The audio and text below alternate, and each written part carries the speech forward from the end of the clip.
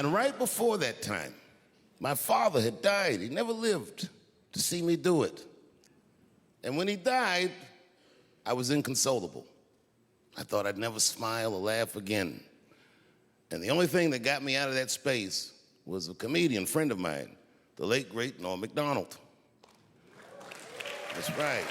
Shout out to Norm.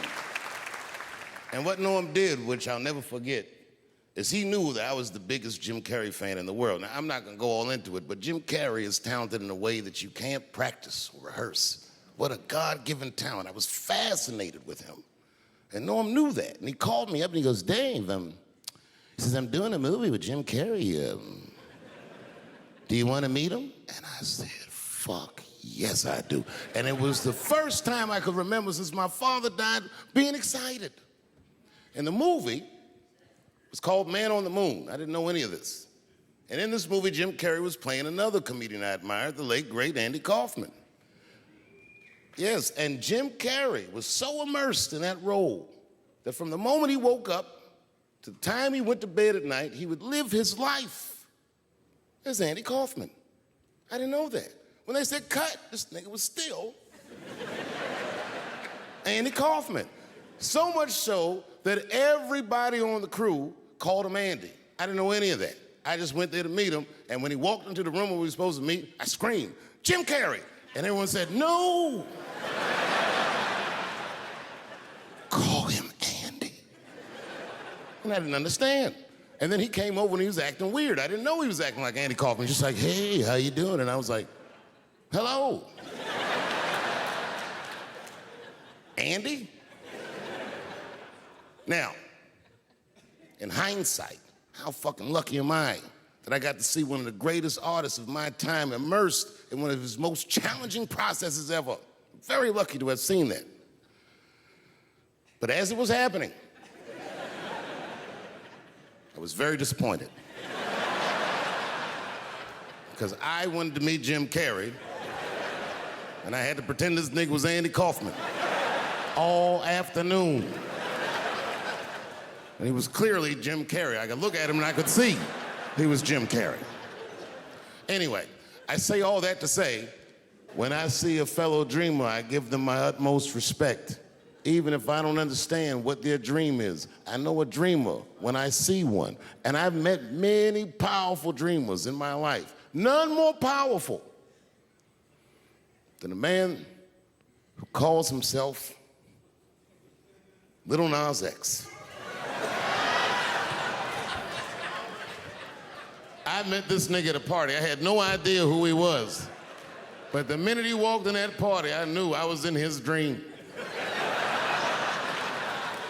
Everybody in the party was another dreamer. Everyone was famous, but when that nigga walked in, he was dressed like C-3PO. He was shining.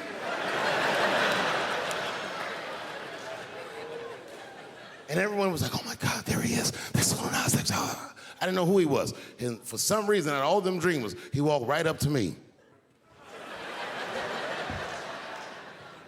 And he said, I tried to get you in my video. I didn't know what the fuck he was talking about. I said, what? I said, what?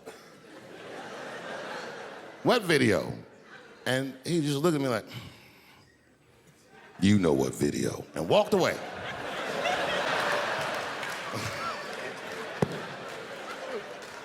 You know what it reminded me of?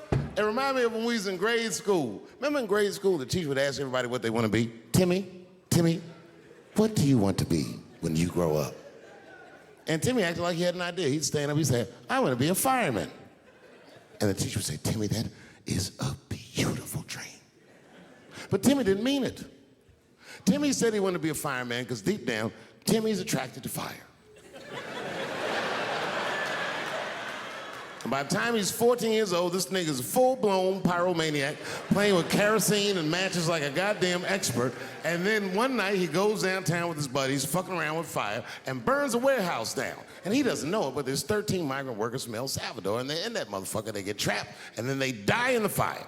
Isn't that a tragedy? It was an accident. He's only 14 years old, but he's black. So they try him as an adult. And Timmy ends up spending the rest of his life in jail. Dream deferred. Burp, burp.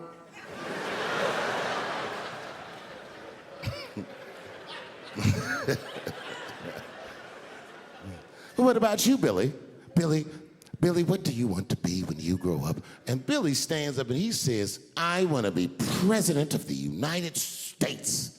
And the teacher says, oh my God, Billy, that is a wonderful dream. And Billy means that shit. Billy does everything right. That motherfucker gets his grades up. He joins student government. He even does extracurricular activities like show choir just to make his resume look good. He's on track to be president, but junior year he wipes. When he's 16, he gets his girlfriend pregnant and has to drop out of high school to make ends meet. But lucky for him, the local Walmart's hiring. By the time he's 20 years old, this motherfucker makes assistant manager at Walmart. He's the youngest one in the district. He says, oh my God, if I can keep this up for 4 more years, I could be a manager. And if I can keep this up for 6 more years after that, I could even be a regional manager and have as many as 3 Walmarts under my control. And he's a big picture guy. He sees where this path is going, so he kills himself.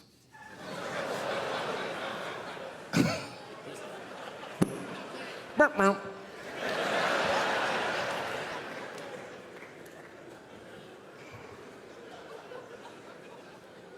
what about you?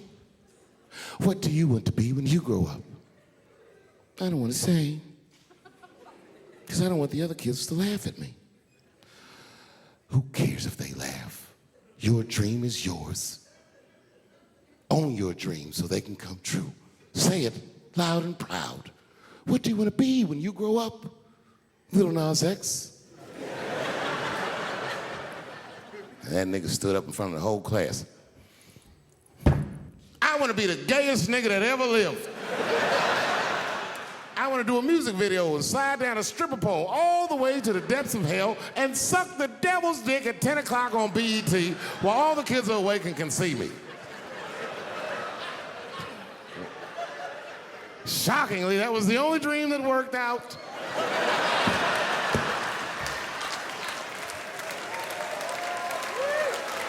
That's why I'm here tonight in the city where I built the dreams that I live, because I wanted to tell you all that they came true.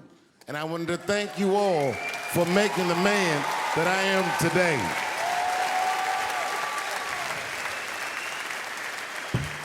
Yes, I am living a very powerful dream. Every time I come to this city and I stand in front of you, I realize that, my God, man, this is not my dream at all. It's yours. And I am honored to be in it. Thank you very much, Washington, D.C. But if I do, I hope it's in California. Because as soon as the judge sentenced me, I'll be like, Your Honor, before you sentence me, I just want the court to know I identify as a woman. Send me to women's jail. And as soon as I get in there, you know what I'm gonna be doing? Give me a fruit cocktail, bitch, before I knock your motherfucking teeth out. I'm a girl just like you, bitch. Come over here and suck this girl dick I got. Don't make me explain myself. I'm a girl.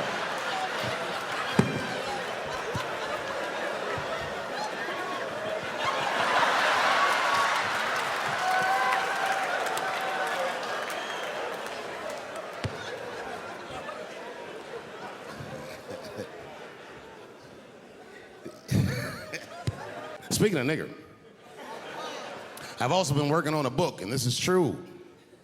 I'm rewriting the American classic, Huckleberry Finn, from Nigger Jim's perspective. It's called The Adventures of Nigger Jim. That's how the book starts. Huckleberry Finn walks up to him and goes, so you're Nigger Jim. And he's like, yo, I just said Jim. What's your name, little buddy? Huckleberry Finn's my name. What? Huckleberry? That's your real name? God-given. You know what? Just call me Nigger Jim. It's fine. I don't care if you are black or white or whatever. If you ever meet a white person named Huckleberry, he has less money than you. That is the white, trashiest name I've ever heard in my fucking life. If you have a name like Huckleberry, you're doomed to fail. If I was in court and my lawyer came up and was like, I am your attorney, Huckleberry Finn, I'd be like, uh-oh, I'm going to jail. Do you know this strip club in D.C. called Camelot? Is that still open? Yes. Well, I know what I'm doing after the show. I gotta tell you, the other day my wife called me creepy. You know, I frequent strip clubs. I don't want, you know, it's something I like to do.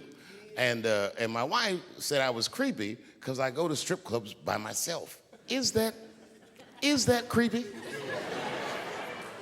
I think that's better than going with the fellas. That's creepy to me. Hey, y'all, let's all go to the strip club and get our dicks hard together as a group of friends. Drive home in a quiet car and not talk about any of the things we've seen or done. No, nigga, I go by myself. But my wife doesn't understand why I go to the strip club. It has nothing to do with sex, you understand? I need a pinch of sexual energy in a room to relax, but it's more about being out. I like the music. A few naked chicks in there, it just makes me feel good. But I'm not trying to like socialize or meet anybody. You know, sometimes I go to the strip club and I bring a book. I do, and I sit right by the stage because the reading light is better.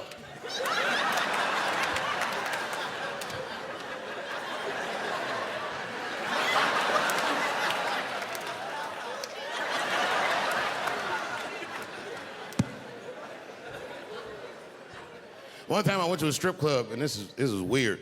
I don't know why. The stripper, for some reason, told me her real name. I know, so I left.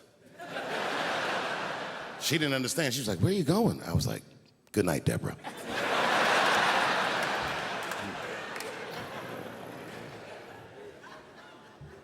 God bless her, but my wife is mistaken about my life.